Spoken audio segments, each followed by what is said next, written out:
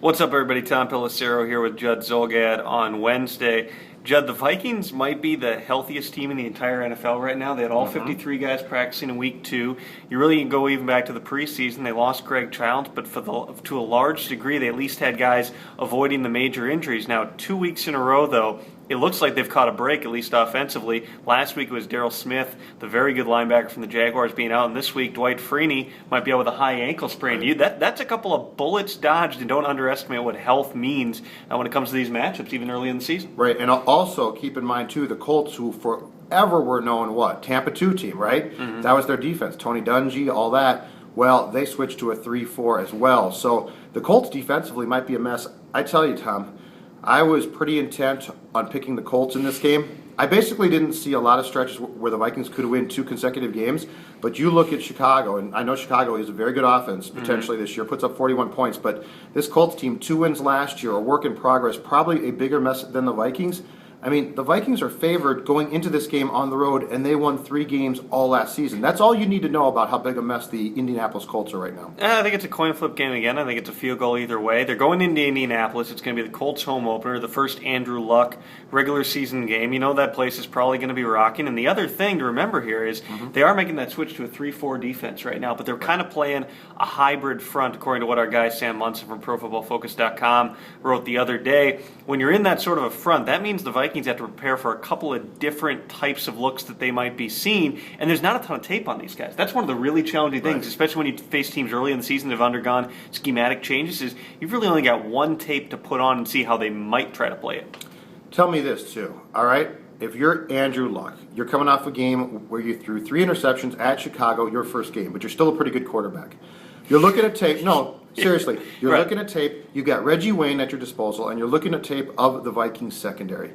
Chris Cook, you broke down the tape. How did Chris Cook play? Because I still contend, for all we said last year about Chris Cook's missing, Chris Cook might be back, it's going to be a big deal, I still think the jury is very much out on Chris Cook. He had some good turns, and he had decent coverage, but the thing that Chris Cook has struggled with, and he struggled with again in this game, was what happens when he gets into a foot race. He's not built at 6'2" and 212 pounds to be in a foot race. The thing that the Vikings and that other teams look at when they look at those big corners who might not have the speed to keep up is what they've got to be able to do is get their hands on the guy. Get up to the line of scrimmage, reroute the guy, slow him down, throw off the timing of the play so the quarterback doesn't end up looking that way or comes off that if it's his first read. The problem is the 2 times Chris Cook got burned over the top in that game, both times he's playing, in essence, a bailout technique. He's way off the line, and he's running with the guy.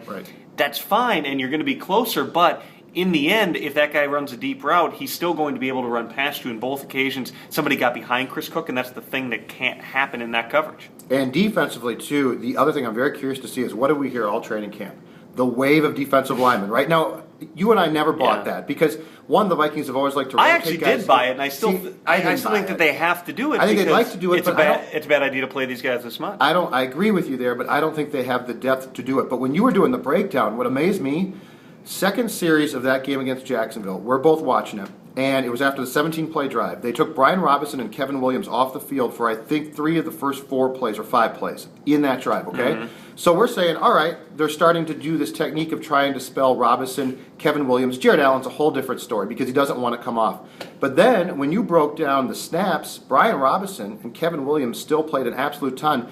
Is there that depth there to spell those guys? Because I contend if we're halfway through the season and those guys are playing all the time, you're going to eventually wear them down. You saw them wear down on that 17-play drive. Jared Allen didn't come off the field in that sequence which blows my mind. You've got to be able to take him off because by the end of that, you saw him and Kevin Williams both were visibly gassed on the field, and that's what you want to avoid. But when Brian Robinson's still upwards of 90% of the snaps, that's not a positive for Brian Robinson. Yes, he played very well in this game. I'm talking about over the long term here. What happened at the middle of last season? Robinson started to wear down a little bit. His production went down a little bit. You want to be able to avoid that. But the issue that they have right now is there's really only one rotational end that they trust.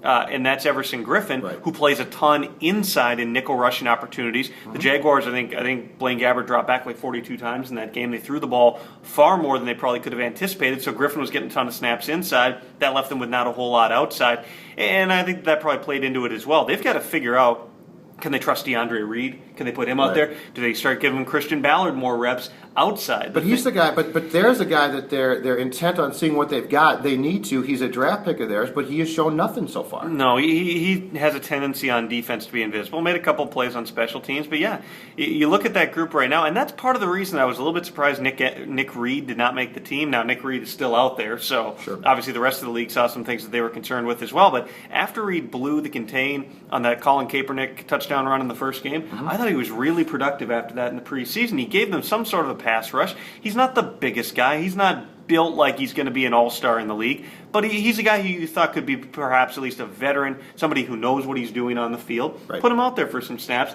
but they were intent on keeping some different guys. Well, and keep in mind, too, Jared Allen has made it clear he doesn't want to come out. Right. Brian Robinson really is sort of on the fence. I think he knows it's a good idea for him to come out, but he's not going to come out and say it. But I talked to Kevin Williams in training camp, and Kevin Williams said flat out, if that's the system, if they're going to use a rotational basis, I'm all for it. I'm at an age where I wouldn't mind coming out once in a while. It's going to keep me fresh. He gets it, and he's willing to tell you he gets it.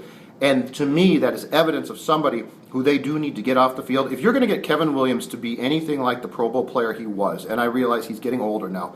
But he's in decline. Right, but if you're going to get him to be at his best right now at this age, he cannot play all the time. It's not fair to him, and it's not a good idea. It'll certainly be an interesting game on Sunday for both quarterbacks, too, between Andrew Luck as well as Christian Ponder now going on the road, and let's see exactly what he's able to bring out. He played one really good road game last season at Carolina. I think he played pretty well, if memory serves, in the Atlanta game, too, or at least made a bunch of really good throws. But by and large, he had the total flop in Detroit. He got knocked out in Washington. He had some rough spots. And also, you've got a young offensive line, by and large, 2 first-time starters in Matt Khalil and Brandon Fusco. How does that group operate? How is the communication when if the Colts are morphing in and out of fronts and they're moving those linebackers around and doing some different things? And loud. We've seen the Packers do that many times. Yep. It can be tough to make those adjustments on the road.